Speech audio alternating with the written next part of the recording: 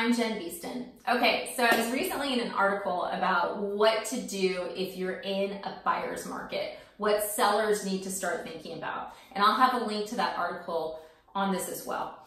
And the one thing that people don't think about is they don't think about, well, what if I don't get all the money I'm expecting for my house?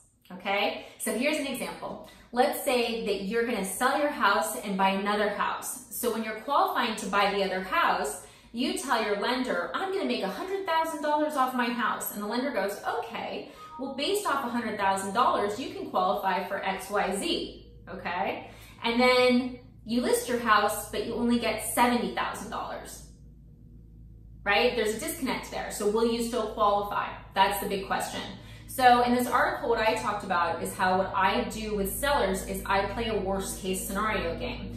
The reason I do this is so that they're prepared for every situation, because it's really hard to gauge in the market right now what you're gonna get for a house, okay? You may get over, you may get what you ask for, you may get under. There's no way to gauge, okay? So what I do is if someone says, I'm gonna get $100,000 for my house, I go, okay, well, that's good. However, if you only get $60,000, here's what you can do.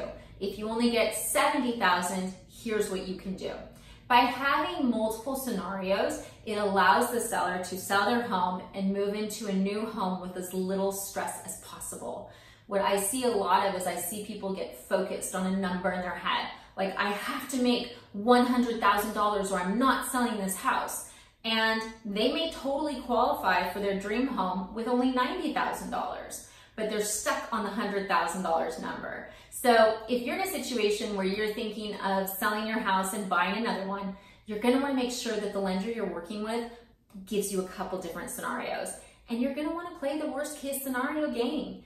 You don't want it to be the worst case, but this way, if it does happen, instead of being in your house and not buying your dream house and being mad, you have a solution, you've already processed what it will be, and you can move forward with your life.